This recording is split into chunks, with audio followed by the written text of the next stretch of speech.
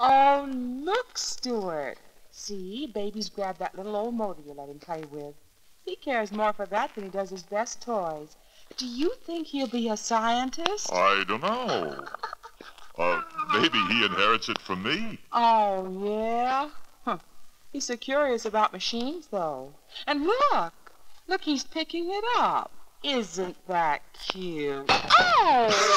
Oh! Cutest thing I've ever seen. Oh, cute like a rattlesnake. Oh, I'll have to learn to walk all over again. Look, you take care of your son, your scientist son, while I fix my foot. Oh, Mama just doesn't understand, does she? Here, son, want your rattle? Well, all right. Come on up here to Daddy. No, don't grab the clock. Careful. No! Now what? Oh, my favorite clock. Look, I'm going to try an experiment on the seat of his three-cornered pants. Should I hold him a little more to the left so you can get a better crack?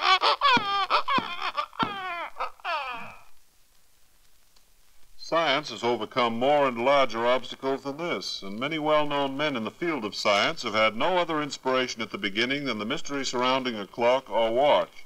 The why and wherefore, innate in some persons, creates the foundation for their future and lays the groundwork for another excursion in science, during which we may pay you a tribute as we talk about amateur scientists in the war, or making your hobby pay off, or Al Zink. Thank you, Bob Stone, and how do you do, everyone? This recognition of the value of amateur scientists during the past, and we hope the last war, is compiled by the director of the Rochester, New York Museum of Arts and Sciences, W. Stephen Thomas. Our thesis is that everyone is, in some small way, an amateur scientist. Even me? That's, shall I say, a possibility. But it's quite ordinary to hear someone say that science won the war.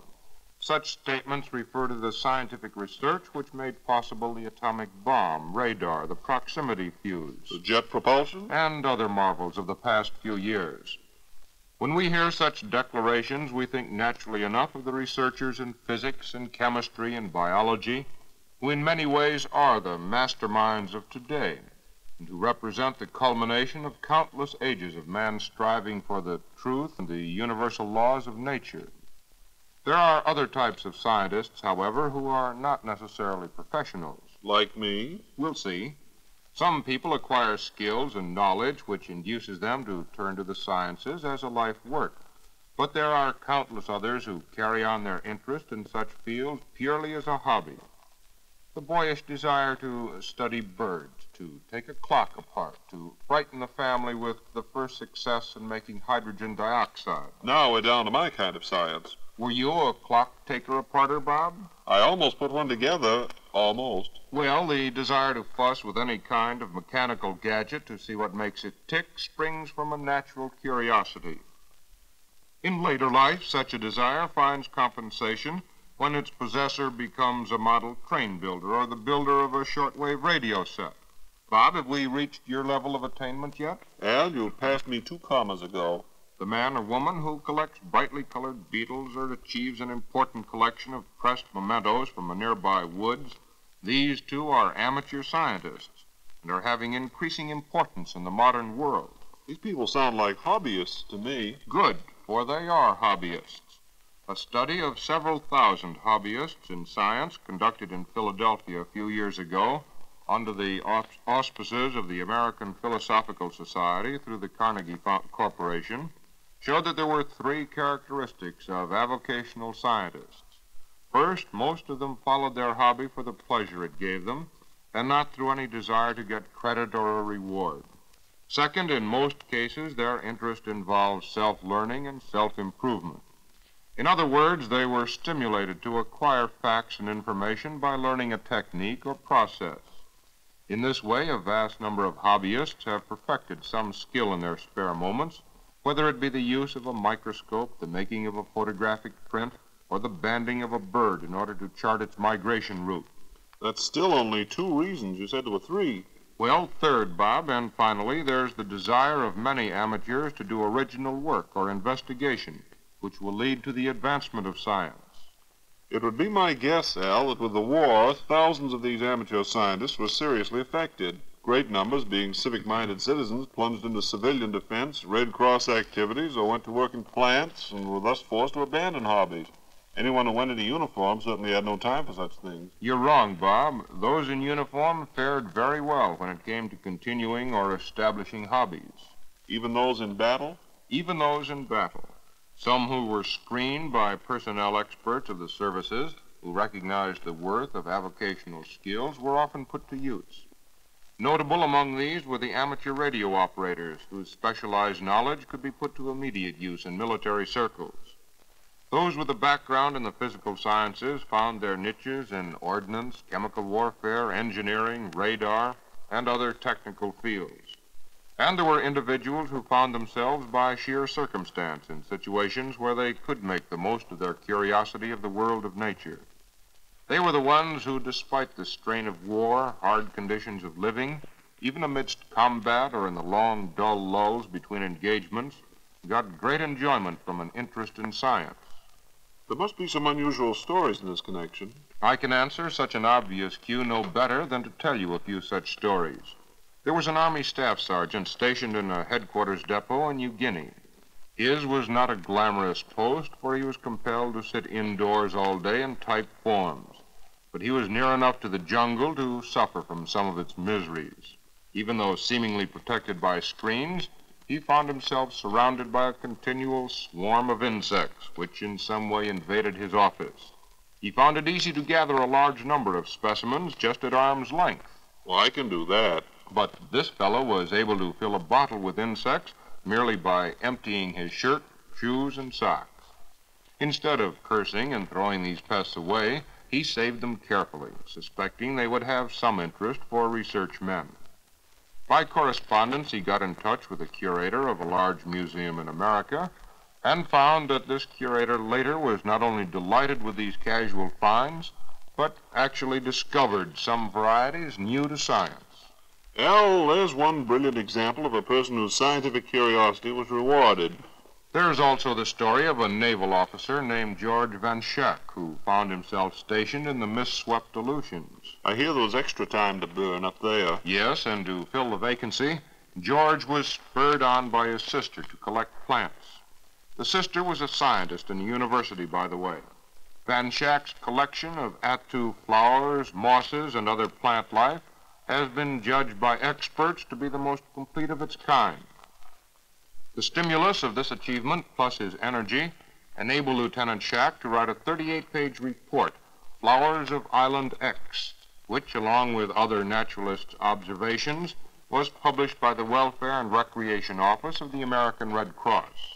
I'd like to backtrack to one part of our discussion and see if you can recollect any instance when nature study or knowledge actually helped a soldier in battle. We know of several, but here's one instance about Captain Edward Chalif of Short Hills, New Jersey, who found himself in the Southwest Pacific in charge of scouting patrols. In the course of his duty, he had close contact with the enemy in ambushed positions. Invariably, he was able to anticipate Jap attack. You know, you make it sound as infallible as my grandmother prophesying a rainstorm. And founded on even more fact. The captain explained in a letter home that his knowledge acquired as a bird student made him especially alert to the actions of birds and animals. Nervous twitterings gave him symptoms that the wildlife of the forest had been disturbed by the presence of men in hiding. We know also of two young men who in civilian life had made a hobby of falconry, the ancient sport of taming hawks. They had even been feted by Maharajas when they traveled in India. They never suspected that this experience would help them in World War II, but when these brothers became naval officers, they were put to work at marine amphibious training bases, teaching recruits how to get along in the jungle. Their book on survival, published under the auspices of the Navy, helped thousands of fighters acquire an outdoorman's knowledge of nature and the raw. Well, Al, any hobby or any science requires a certain amount of equipment, and I'm compelled to ask how these ingenious men supplied themselves with whatever was necessary. They simply supplied more ingenuity, Bob, for collections of insects, reptiles, and amphibians. Men use discarded bottles and containers, such as those left from emergency rations. One man, lacking cyanide of potassium for killing insects, substituted gasoline from his Jeep. A Rochester physician serving in the Army as a captain in the Medical Corps carried on a study of fishes in North Africa and Italy by improvising aquaria from gasoline cans. But as for research material and books? All too often, they just went without. Some were fortunate enough to have contact with scientists and friends in this country who forwarded material. In 1944, the Smithsonian Institution published a small but useful booklet, a field collector's manual in natural history, of which several thousand were distributed. Other institutions also issued guides and still do. The University of Michigan printed and distributed a series of pamphlets entitled Instructions to Naturalists in the Armed Forces for Botanical Field Work. The results of this aid are still being received, and there is no telling how we could estimate the value of this contribution to geographic botany. Servicemen were encouraged and responded more than satisfactorily. Did most GI scientists confine themselves to plant and insect life? Some collected shells and fossils. One private first class in the field artillery, with only a discarded hammer as equipment, made an important study of the Pliocene formations in Tuscany, Italy, and is publishing a paper on the subject. We have record of archaeologists and of an Army transport captain who collected the vocabularies of primitive peoples. His notes are now being used by the Bureau of Ethnology in Washington. Well, thank you, Al Zink, and our thanks to Mr. W. Stephen Thomas, director of the Rochester Museum of Arts and Sciences, both for his own accomplishments and for the recognition he has achieved for the amateur scientist. And ladies and gentlemen, if you would like a copy of a paper by Mr. Thomas on the amateur scientist in the war, just address a card to Excursions in Science in care of this station and ask for Science Paper 256. But now we are faced with the pleasant task of sending you the answers to questions which you have asked. Any question of a scientific nature which is forwarded to Excursions in Science is turned over to the experts of the General Electric Research Laboratories, and thus reflect the most advanced and accurate information gathered by our staff members and those of other equally trustworthy institutions. Now here's a question even an amateur scientist would understand. It comes from a listener in Placentia, California, and says, how high will capillary action carry liquids? Is it affected by altitudes, and is it pulling against gravity? It has been determined that in a glass capillary tube with a bore the size of a hair, the water will rise to a height of nearly a foot. The smaller the bore, the higher the rise. And, yes, Bob, it is pulling against gravity. And since the weight of the liquid is dependent on altitude, the height of the capillary rise is also dependent on the altitude.